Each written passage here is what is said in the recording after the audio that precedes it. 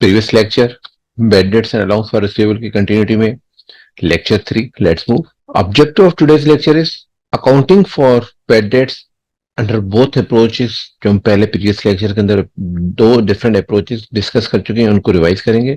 Next, how to record subsequent collection of return of debts under both approaches. जो दोनों approaches के साथ हमने प्रीवियस लेक्चर के अंदर डिस्कस किया था कि अगर इन फ्यूचर अगर हम एक बार राइट ऑफ कर चुके हैं और अगर फ्यूचर में वो अमाउंट हमें मिले तो उसको कैसे रिकॉर्ड करेंगे। And final practical question and MCQs. First of all, accounting general entries for bad debts expenses and right of. Bad debts expenses को कैसे रिकॉर्ड करेंगे और उसकी एंट्रीज कैसे रिकॉर्ड करेंगे। इसके अंदर आपके पास दो अप्रोचेस थी, एक डायरेक्ट अप्रोच, एक अलाउंस अप्रोच। दोनों अप्रोचेस का इंट्रोडक्शन हम प्रीवियस लेक्चर के अंदर डिटेल से डिस्कस कर चुके हैं। अब हम इनके बारे में थोड़ा सा एडवांस जनरल एंट्रीज और प्रैक्टिकल क्वेश्चन की तरफ जाएंगे। अगर डायरेक्ट मेथड के अंदर, अगर कोई डायरेक्ट मेथड और अलाउंस अप्रोच में दोनों में डिफरेंस क्या है। डायरेक्ट अप्रोच में मेथड, डायरेक्ट अप्रोच के अंदर वो है कि अगर बिजनेसमैन, हम अकाउंटेंट्स ये रिकॉर्ड कर ले कि भाई जब बैड डेट्स होगा, जब कंफर्म होगा कि ये हमें पैसे नहीं मिलेंगे तो हम उस चीज को रिकॉर्ड करते हैं। अलाउंस अप्रोच के अंदर कंफर्मेशन से पहले एस्टिमेट कर, अब कंफर्म, जब आपके पास कंफर्म हो जाता है तो आप एंट्री पास करते हैं। भाई जब कंफर्म बैड डेट्स हो गया तो एंट्री पास करते हैं bad debts expense debit, allowance receivable credit के। अलाउंस जो आपके एसेट्स है वो खत्म हो गए, अब वो एक्सपेंस, वो एसेट जो है आपके एक्सपेंस में कन्वर्ट हो चुके हैं। जबकि अलाउंस अप्रोच के अंदर यही एंट्री हम करते हैं bad debts expense debit, account receivable नहीं करते क्रेडिट, मगर उसके बदले allowance for bad debts create करते हैं कि जब अलाउंस कंफर्म हो जाए कि अलाउंस में हमने इतना एस्टिमेट है, जब कंफर्म होगा तो हम अलाउंस करेंगे। अब ये हमारा डाउट है कि इतना हमारा एक्सपेंस होगा, हो सकता है इससे ज्यादा, हो सकता है इससे कम हो। अब इस एक्सपेंसेस को मेंटेन रखने के लिए, इस एक्सपेंसेस को मद्देनजर रखते हुए, जब हमें कंफर्म होगा कि हमारे कोई कस्टमर पैसे नहीं दे रहे और हमारे डेट्स जो है वो बेड हो रहे हैं, तो हम रिकॉर्ड करेंगे allowance for bad debts debits, account receivable credit. अब दोनों अप्रोचेस में जरा बेसिक डिफरेंस देखिएगा। फर्स्ट अप्रोच में हम डायरेक्ट अपने पास अलाउंस रिसीवेबल, अकाउंट रिसीवेबल को क्रेडिट कर रहे हैं और कोई अलाउंस वगैरह नहीं बना रहे हैं, सिर्फ एक्सपेंस को डेबिट कर रहे हैं और अकाउंट रिसीवेबल को क्रेडिट कर रहे हैं। अप्रोच अलाउंस अप्रोच के अंदर अगर आप देखें तो हम पहले रिकॉर्ड करें बैड डेट्स एक्सपेंसेस जो दोनों में डेबिट हो रहे हैं, क्रेडिट क्या हो रहा है, अकाउंट रिसीवेबल हो रहा है डायरेक्ट अप्रोच में। यहां पे हो रहा है allowance for bad debts. Allowance for account receivable जब हो रहा है, जब कंफर्मेशन है, जब भी कंफर्म होगा दोनों कंडीशन में कि अकाउंट रिसीवेबल पैसे नहीं मिलेंगे या डाउटफुल हो गए, अनकलेक्टेबल होगा, तो अब क्या रिकॉर्ड करेंगे, उसको राइट ऑफ कर देंगे। राइट ऑफ करने के लिए अकाउंट रिसीवेबल को डिक्रीज कर देंगे। अब दोनों मेथड के अंदर जब अकाउंट रिसीवेबल को क्रेडिट करना है तो डायरेक्ट अप्रोच में आपने बैड डेट्स एक्सपेंस को डेबिट किया है और अलाउंस अप्रोच में हमें जब भी अकाउंट रिसीवेबल को क्रेडिट करेंगे तो एक्सपेंस के बदले हम अलाउंस को डेबिट करेंगे, क्योंकि हमने पहले इस अलाउंस से पहले हमने एस्टिमेट कर चुके थे कि ये हमें लॉस होगा। जब कंफर्म लॉस हुआ तो हमने जो रिजर्व बनाया था, हमने जो कंट्रा एसेट बनाया था, हमने अपने एसेट्स के अगेंस्ट जो एक सेविंग बॉक्स बनाया था, जो एडजस्टमेंट बॉक्स बनाया था, उस बॉक्स में से हम पैसे निकालेंगे। Next, accounting general entries if return of. अगर जो आपने राइट ऑफ कर दिए, जो आपने पैसे मिटा दिए, जो आपने अकाउंट रिसीवेबल को क्रेडिट कर दिया, अब सर्टेन टाइम के बाद आपने किसी को उधार दिया, उसने बोला मैं आपको 15 दिन के बाद दे दूंगा, 15 दिन के बाद वो बंदा नहीं मिल रहा, आउट ऑफ सिटी चला गया, कहीं भी एरिया चेंज हो गया, अब आपने उस माइनर अमाउंट की वजह से आप उसको ढूंढने के लिए उससे ज्यादा एक्सपेंस नहीं कर सकते। अब सर्टेन टाइम के बाद वो बंदा जब आपके पास मिलता है, आपने अपने अकाउंट से उस अमाउंट को राइट ऑफ कर दिया, आपने मिटा दिया है। अब जब वो आपको पैसे दे रहा है तो क्या करेंगे। दोनों अप्रोचेस में, एक डायरेक्ट अप्रोच में अगर जो आपने रिकॉर्ड किया था bad debts expense debit, account receivable credit, अगर उस अप्रोच में अगर आपको पैसे वापस मिल रहे हैं तो आप सबसे पहले जो आपने राइट ऑफ किया था, आपने राइट ऑफ करते हुए क्या लिखा था, bad debts expense debit, account receivable credit. अब उसी एंट्री को आप रिवर्स करेंगे, क्या एंट्री पास करेंगे, account receivable debit, bad debts expense credit. Account receivable क्यों डेबिट कर रहे हैं, क्योंकि आपने पहले एक्सपेंसेस को डेबिट किया था, अकाउंट रिसीवेबल को आपने डिक्रीज किया था, आपने कहा पैसे नहीं मिलेंगे। अब वो बंदा आपके पास पैसे लेकर आया है, जब पैसे पेमेंट लेकर आया है, इट मींस कि आपको किसी ना किसी एसेट के बदले वो पैसे दे रहा है। आप जो कैश कलेक्ट कर रहे हैं, क्यों कर रहे हैं, जब आपको पैसे रिसीवेबल नहीं थे तो आपने क्यों कर रहे हैं। तो सबसे पहले आप रिसीवेबल उसमें जनरेट करेंगे, account receivable debit, bad debts expense credit. उसके बाद आपको वो पैसे जब मिल रहा है, जब रिसीवेबल, आप जनरली नॉर्मल आप जब रिसीवेबल से पैसे लेते हैं, कस्टमर से पैसे लेते हैं, क्या एंट्री पास करते हैं? Cash debit, cash account debit, account receivable credit. Same दोनों एंट्री अगर अलाउंस अप्रोच, अगर दोनों अलाउंस अप्रोच के अंदर, जब आपने अलाउंस अप्रोच में राइट ऑफ किया था, मिटाया था, तो आपने रिकॉर्ड किया था allowance for doubtful dates debit, allowance for bad debts debit, account receivable credit. अब उसी एंट्री को सबसे पहले तो आप रिवर्स कर लें, account receivable debit, allowance for bad debts credit. Second चीज, आपके पास जब आपके पास ये आपने अकाउंट रिसीवेबल बना दिया, अब second entry cash debit, account receivable credit, जो दोनों कंडीशन में सेम होगी। अब यहाँ पे एक चीज, बाद औकात काफी एग्जाम्स में, काफी सिचुएशंस में इस टाइप का होता है कि ये दो एंट्रीज के बदले एक ही एंट्री रिकॉर्ड कर लें। अगर आप देखें डायरेक्ट अप्रोच हो या अलाउंस अप्रोच हो, दोनों में फर्स्ट एंट्री में अकाउंट रिसीवेबल डेबिट हो रहा है और क्रेडिट हो रहा है अकाउंट रिसीवेबल सेकंड एंट्री में। इट मीन कि अगर हम दोनों को रिकॉर्ड क्लियर कर दें, दोनों को कैंसिल कर दें, एक ही अकाउंट डेबिट भी हो रहा है, एक ही अकाउंट क्रेडिट भी हो रहा है, तो अगर हम दोनों को कैंसिल कर देंगे तो आपके पास एंट्री बनेगी डायरेक्ट अप्रोच में cash debit, bad debts expense debit. Allowance approach में बनेगा cash debit, allowance for bad debts credit. दोनों एंट्रीज बनाने का फायदा क्या? जब दो एंट्रीज आप बनाते हैं तो दोनों एंट्रीज में एक चीज होती है कि अगर आपको, आपके पास कोई कस्टमर आ गया कि यार मुझे कितने पैसे पे करने थे, 10,000, यार मेरे पास इतने नहीं है, आप एक काम करें उसमें कुछ डिस्काउंट कर दें, कुछ कम पैसे ले लें। इसका मकसद ये कि अगर उसने 10,000 रुपए देने थे, अब उसने 7,000 रुपीज दिए, फर्स्ट ऑफ ऑल आप उसको जो रिवर्स करेंगे वो सेम एंट्री करेंगे जो आपने राइट ऑफ किया था। जो 10,000 आपने राइट ऑफ किया था, पहली एंट्री आप 10,000 की करेंगे। या बाजों का ऐसा होता है क्या, कितने पैसे थे? 10,000 रुपए, यार 5,000 रुपए भी ले लें, 5,000 2 महीने बाद मैं आपको खुद पहुंचा दूंगा। अब आपको उम्मीद हुई कि 2 महीने के बाद बंदा 5,000 रुपीज दे के जाएगा, तो जो 10,000 रुपए आपने राइट ऑफ किए थे उसको सबसे पहले अकाउंट रिसीवेबल आप डेबिट करेंगे 10,000 से। फिलहाल कैश कितना मिल रहा है? 5,000। इस कंडीशन के अंदर आपके पास दो एंट्रीज का कॉन्सेप्ट होना मैंडेटरी है। I hope it will clear. अब एक बात करते हैं, क्वेश्चंस करते हैं। Yasser and Company deals in electronic item. Not only does it sell goods for cash, a big proportion of its sales consist of credit sales. Yasir company का नाम है जो इलेक्ट्रॉनिक आइटम सेल कर रहे हैं, जो कैश पे सेल करते हैं, मगर बड़ा पोर्शन रेवेन्यू का क्रेडिट पर है। Due to liberal credit policy, easily हर किसी को क्रेडिट दे रहे हैं। Yasir and companies volume of sale has increase over the last few year. कुछ सालों से इसकी इंक्रीज, जब हर चीज उधार में मिलेगी, हर किसी को उधार मिलेगी, तो हर कोई परचेज करेगा। However this policy has resulted in additional bad debts expenses. इस पॉलिसी की वजह से bad debts expenses additional extra हो रहे हैं। At July 1st, 2020, account receivable and allowance for doubtful debts showed balances of 1,55,890 debit balance and 9,350 credit respectively. It means कि जो पहला अकाउंट है अकाउंट रिसीवेबल, वो पहले बैलेंस उसका होगा। अकाउंट रिसीवेबल की नेचर एसेट्स है। एसेट्स कितने हैं? 1,55,890।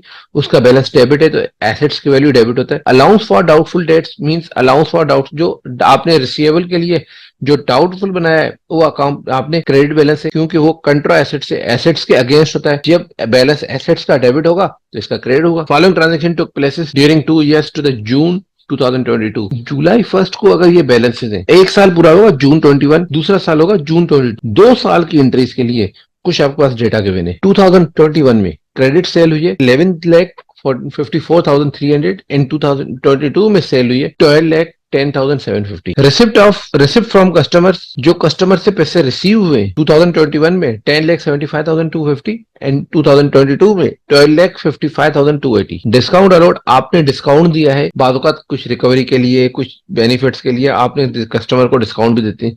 तो दोनों सालों में 2021 एंड 2022 में दोनों ईयर में 15,350 आपने डिस्काउंट दिया है।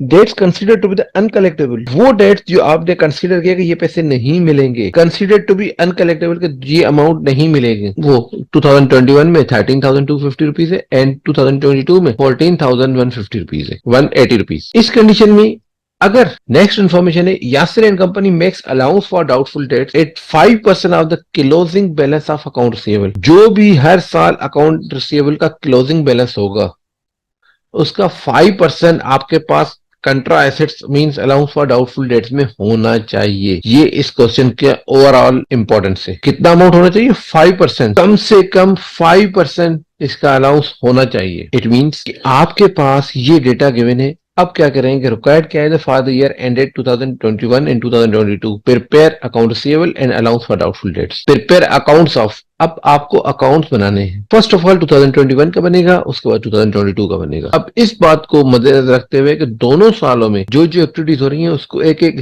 ट्रांजेक्शन के बाद आपको अकाउंट रिसीवेबल का बैलेंस न्यू मिलेगा। 2021 में क्वेश्चन के डेटा है आपके पास कि आपके पास क्रेडिट सेल्स है 11,54,300, receipt of from customers 10,75,250, discount allowed 15,350 and debts considered to be the uncollectable 13,250।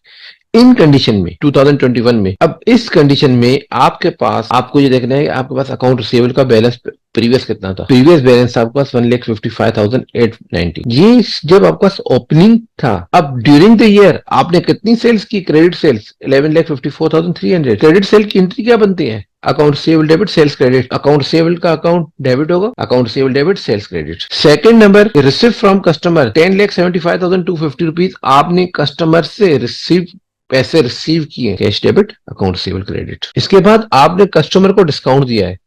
Discount जब देते हैं कि भाई आपको अज्यूम करें आपको 1,00,000 रुपए देना था, अब आप 95,000 रुपीज, जो 5,000 रुपीज आपके रिसीवेबल के बदले जो आप कम ले रहे हैं, लेने तो 1,00,000 रुपए थे मगर आपने लिए 95,000, जो 5,000 रुपीज कम लिए वो 5,000 एक्चुअली आपके पास डिस्काउंट एक्सपेंस होगा वो 5,000, मगर अब यहाँ पे आप जो 95,000 रुपीज ले रहे हैं, इस क्वेश्चन के अंदर आपने 15,350 रुपीज आपने डिस्काउंट दिया है। डिस्काउंट की एंट्री क्या होती है, डिस्काउंट एक्सपेंस या discount allowed debit account receivable credit. कितना अमाउंट है, 15,350। Next, debts considered to be collectable, जब ये कंफर्म है 13,250 रुपीज आपको नहीं मिलेंगे, ये कंफर्म हो गए, ये बैड डेट्स हो गए, तो आप एंट्री पास करते हैं allowance for doubtful date debit account receivable credit. अब आपके जहन में ये सवाल होगा कि सर यहाँ पे हम अकाउंट फॉर डाउटफुल डेट्स क्यों कर रहे हैं, बैड डेट्स एक्सपेंस भी तो कर सकते हैं। इसीलिए नहीं कर सकते बैड डेट्स एक्सपेंस क्योंकि हमारे पास ऑलरेडी अलाउंस गिवन था, इसलिए इसका मकसद है कि अलाउंस अप्रोच यहाँ पे एप्लीकेबल है, यहाँ डायरेक्ट अप्रोच एप्लीकेबल नहीं है। क्या एंट्री बनेगी, allowance for doubtful date debit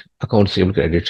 जब 13,250 आपने क्रेडिट किया, अब आपके दोनों डेबिट क्रेडिट के जो बैलेंसिंग अमाउंट होगा वो कैलकुलेट करना है। जब डेबिट का आपने टोटल किया तो 13,10,190 रुपीज, और क्रेडिट में जो बैलेंस था वो दो तीन अमाउंट जो आपके पास गिवन है 10,75,250, 15,350, 13,250, इन दोनों का टोटल जब आप 13,10,190 जो डेबिट बैलेंस है उसमें से माइनस करेंगे, आपके पास बैलेंसिंग अमाउंट आ गई 2,06,340। अब जब 2021 में 30 जून 2021 में जब आपको रिसीवेबल है वो है 2,06,340। अब इसका 5% आपके पास अलाउंस फॉर डाउटफुल डेट्स में होना चाहिए। अलाउंस फॉर डाउटफुल डेट्स का ओपनिंग बैलेंस जो था 2020 में वो था 9,350।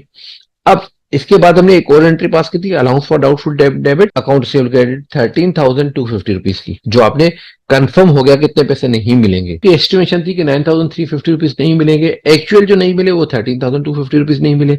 इसके बावजूद भी आपको 5% of closing balance, 5% of closing balance जो 2,06,340 रुपीज था उसका 5% मतलब 10,317 रुपीज अब भी आपको नहीं मिलने की उम्मीद है। यही एस्टिमेशन है कि ये पैसे नहीं मिलेंगे। जब ये एस्टिमेशन है तो जब आपने इसको रिकॉर्ड कर लिया कि इतना होना चाहिए इस बैलेंस में, इस बॉक्स के अंदर जो पहले 9,350 था अब इसके अंदर 10,317 होना चाहिए, बैलेंसिंग अमाउंट आएगा तो बैलेंसिंग अमाउंट की एंट्री होगी bad debts expense debit allowance for doubtful credit. Debit balance 23,567 होगा, उसमें से जब क्रेडिट का बैलेंस 9,350 माइनस करेंगे तो बैलेंसिंग अमाउंट 14,217 से आप एंट्री पास करेंगे bad debts expense debit allowance for doubtful credit, ये होगा 2022 में। अब 2022 में जो रिसीवेबल का ओपनिंग बैलेंस होगा वो 2,06,340, अलाउंस फॉर डाउटफुल डेट्स का जो बैलेंस होगा वो होगा 10,317। अब बात करते हैं 2022 में। 2022 में 12,10,750 रुपीज की सेल हुई है, कस्टमर से 12,55,280 रुपीज आपने कस्टमर से लिए, 15,350 रुपीज का आपने डिस्काउंट दिया है एंड 14,180 रुपीज आपको कंसीडर हुआ कि ये बैड डेट्स होंगे, ये पैसे नहीं मिलेंगे। इस कंडीशन में अब आपके पास जो रिसीवेबल में ओपनिंग बैलेंस है 2,06,340, जब आपके पास ये एसेट्स है, एसेट्स की वैल्यू डेबिट साइड पर है, और जब आपने सेल किए, कितनी अमाउंट की सेल की है, 12,10,000 रुपीज की आपने सेल्स की है। जब आपने सेल्स की क्या एंट्री पास की है, इस सेल्स की आपने एंट्री पास की है account receivable debit sales credit. जब अकाउंट रिसीवेबल का अकाउंट आपने डेबिट बैलेंस में शो कर दिया। इस सेल्स के बदले और पुराने रिसीवेबल्स के बदले आपको जो पैसे रिसीव करने थे वो बेसिकली 10,750 करंट ईयर के थे, 2,06,340 लास्ट ईयर के थे। तो टोटल अमाउंट जो आपको रिसीव था वो 14,17,090 अप्रॉक्स ये अमाउंट होगा जो दोनों का सम करेंगे। उसमें से आपको 14 लाख में से 12,55,280 मिल चुके हैं, तो आप कैश कलेक्ट कर चुके हैं। तो एंट्री क्या बनाएंगे? Cash debit account receivable credit. इसके अलावा आपने कस्टमर को डिस्काउंट दिया है 15,350 रुपीज का, आपने कस्टमर को डिस्काउंट दिया है। जब कस्टमर को डिस्काउंट दिया है तो उस डिस्काउंट के लिए आपने क्या एंट्री बनानी है? Discount allow debit account receivable credit. इसके अलावा आपने ये कहा कि bad debts consider to be the uncollectable, ये वो अमाउंट है जो कंफर्म हो गया कि पैसे कंसिडर ऐसा करेंगे अनकलेक्टेबल है। जब अनकलेक्टेबल है तो इसकी एंट्री बनाएंगे allowance for doubtful date debit account receivable credit 14,180 rupees. अब इनके डेबिट और क्रेडिट दोनों को मैच करने के लिए जो डेबिट बैलेंस है 14,17,090 रुपीज, उसमें से क्रेडिट 12,55,280, 15,350 प्लस 14,180, ये तीनों अमाउंट जब माइनस करेंगे तो आपके पास अब रिसीवेबल का अमाउंट है 1,32,280, 1,32,280 रुपीज अब रिसीवेबल है। अब इसका इफेक्ट 2022 का जब अलाउंस फॉर डाउटफुल डेट्स बनाएंगे तो allowance for doubtful dates 2000 last year की क्लोजिंग में 10,317 रुपीज जो 5% ऑफ ओपनिंग रिसीवेबल था, उसके बाद आपने 14,000 रुपीज 180 रुपीज का आपने allowance for doubtful debit account receivable की एंट्री पास की थी। दोनों अमाउंट में जब डिफरेंस है 10,000 आपकी एक्सपेक्टेशन थी, अब 14,000 एक्चुअल आपका बेड डेट्स हो गया है। अब भी आपके पास डाउट है, कितना डाउट है? 1,32,280 रुपीज जो क्लोजिंग अकाउंट रिसीवेबल का बैलेंस था उसका 5% मतलब 6,614 रुपीज नहीं मिलेंगे। तो इसका मकसद कि जो टोटल अमाउंट है 20,07,794 रुपीज आपको पैसे नहीं मिलेंगे। ये जो टोटल है डेबिट साइड का जो टोटल अमाउंट है 20,794, इसमें से 10,000 ऑलरेडी था, रिमेनिंग अमाउंट जो है 10,477 रुपीज की आपको एंट्री पास करनी है bad debts expense debit allowance for doubtful date credit. Now it's time to MCQs. A credit balance of Mr. Munir's account in a firm's debtor's ledger means आपने customer से अगर पैसे रिसीव करने तो उसका डेबिट बैलेंस होगा। अब उसका क्रेडिट बैलेंस है, इसका मकसद कि आपने कस्टमर से ज्यादा पैसे ले लिए। Amount owed by mister Munir is a bad debts, one or more of mister Munir cheque has bounced, so a firm owes or has to pay money to Mr. Munir, a provision should be made specifically against Munir's account.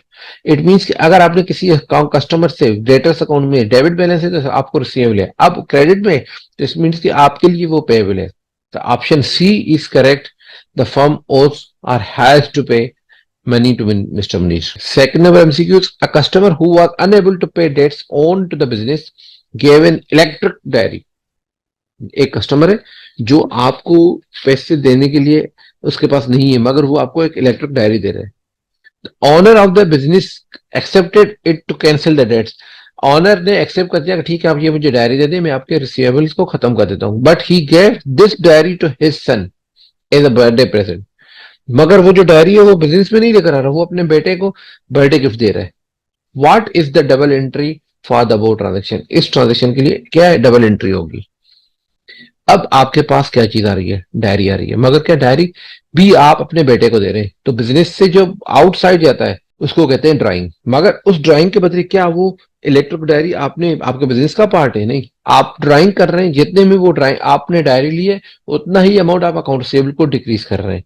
तो entry पास करेंगे drawing debit account receivable credit, क्योंकि जो receivable आप credit कर रहे हैं उसके बदले आपको पैसे मिल रहे थे। अज्यूम करें कि कैश मिल रहा था तो आपने क्या कहते हैं? Cash debit account receivable credit. अगर वो कैश आप खुद घर पे लेकर जाते, कस्टमर ने दिया, आपने घर पे लेकर गए और पर्सनल एक्सपेंस में यूज कर दिया, तो आप क्या रिकॉर्ड करेंगे? Drawing debit account receivable credit. अब ये सिर्फ और सिर्फ इलेक्ट्रिक डायरी की बात कर रहा है कि भाई जितना भी है वो बिजनेस से विड्रॉ करके लेकर जा रहा है, जितना रिसीवेबल अमाउंट है। तो क्या एंट्री बनेगी? Drawing debit account receivable credit. Third number, business started the year with the total trade receivables of 1,50,000 and allows for recoverable rupees 8,000. During the year, two specific dates were written off. दो specific customers के पैसे write off करने. One is 2,800 and one other is 2,200. It means total 5,000 rupees. A date of rupees 4,800 had been written off as irrecoverable in the previous year was recovered during the year. 4,800 वो customer जो previous year आपने कहा कि पैसे नहीं मिलेंगे मगर उसने आपको आगे पैसे दे दिए। At the year end, the total receivable were 70,000 and the allowance for receivable was 4,000. What is the charge debit or credit in the income statement for the year in respect of irrecoverable debts. आपने कहा पहले 8,000 में मुझे नहीं मिलेंगे, 8,000 में आपके पास 5,000 के तो कंफर्म हो गए नहीं मिले, रिमेनिंग बैलेंस बचा आपका 3,000, और इस 3,000 के बाद आपको पैसे जो मिले हैं, जो पैसे मिले हैं वो है 4,800। इट मींस कि 12,800 टोटल होने चाहिए थे, उसमें से 5,000 मिल गए, तो आपके पास 12,800 में से अगर 5,000 नहीं मिले तो 7,800 रुपीज आपके पास अमाउंट होनी चाहिए थी। उसके बाद 7,800 के बदले आपके पास अलाउंस होना कितना चाहिए, 4,000। इसका मतलब आपने ज्यादा एस्टिमेट कर दिया था, अब एस्टिमेट कम करना है। अब एस्टिमेट जब कम करना है तो क्या रिकॉर्ड करते हैं, allowance for doubtful debt debits, income statement credit. अब इनकम स्टेटमेंट में जाएगा जो अमाउंट आएगा वो आएगा 3,800। Option C is correct. Four, the rationale for the making a provision in respect of the doubtful debts is that the provision is estimated for the future bad debts, record the expense of the bad debts as they are incurred, matches the estimates cost of the future bad debts against the revenue earned in the given rise to the potential bad debt, record bad debts without taking them out the books of the entity. This shows the full amount owned by the debtor as a current asset. क्यों बनाते हैं rational for the making provision in respect of the doubtful debts as date the provision? क्या क्यों provision बनाते हैं? क्योंकि ये match करता है ये प्रोविजन आपके फ्यूचर में बैड डेट्स होने के लिए, किसके साथ, आपके करंट अकाउंटिंग पीरियड की जो रेवेन्यू है उसके साथ मैच करने के लिए, ताकि जो मैचिंग कॉन्सेप्ट है कि जो करंट ईयर में जितनी सेल है उसका एक्सपेंस भी इसी सेल में से आपको जो अमाउंट नहीं मिलेगा, कब नहीं मिलेगा, फ्यूचर में नहीं मिलेगा, तो आपने फ्यूचर के बैड डेट्स को आपने करंट पीरियड के रेवेन्यू के अगेंस्ट रिकॉर्ड करके अपने पोटेंशियल बैड डेट्स को पहले से ही राइज करते रहे भाई के। Which one of the following statement are incorrect? Receivable are included in the statement of financial position, net of the receivable allowance। क्या receivable आप फाइनेंशियल स्टेटमेंट फाइनेंशियल पोजीशन में अपने एसेट्स में क्या रिकॉर्ड करते हैं, जितना net realisable assets and aged receivable analysis shows how long invoices of each customer have been outstanding। Her customer का कितना अमाउंट आउटस्टैंडिंग है, इस चीज के हिसाब से एजिंग का एनालिसिस बनाते हैं। इसको हम डिटेल नेक्स्ट लेक्चर में डिस्कस करेंगे। A credit limit is a tool applied by the credit control department to make supplier provide goods on time. Credit limit आप कस्टमर को देते हैं, ताकि आपके क्रेडिट कंट्रोल देता है कि हम कंट्रोल अपने क्रेडिट को फोकस कर सकें। मगर यहाँ पे बात करें सप्लायर्स की, तो ये स्टेटमेंट एक गलत है, क्योंकि क्रेडिट लिमिट आप कस्टमर को देते हैं, सप्लायर से तो आप खुद अक्वायर करते हैं लिमिट्स, और हम कोशिश होती है कि कोई लिमिट ना हो। तो option C is incorrect. This is end of the session. Thank you. If you have any question you can contact. Thank you. अल्लाह हाफिज़।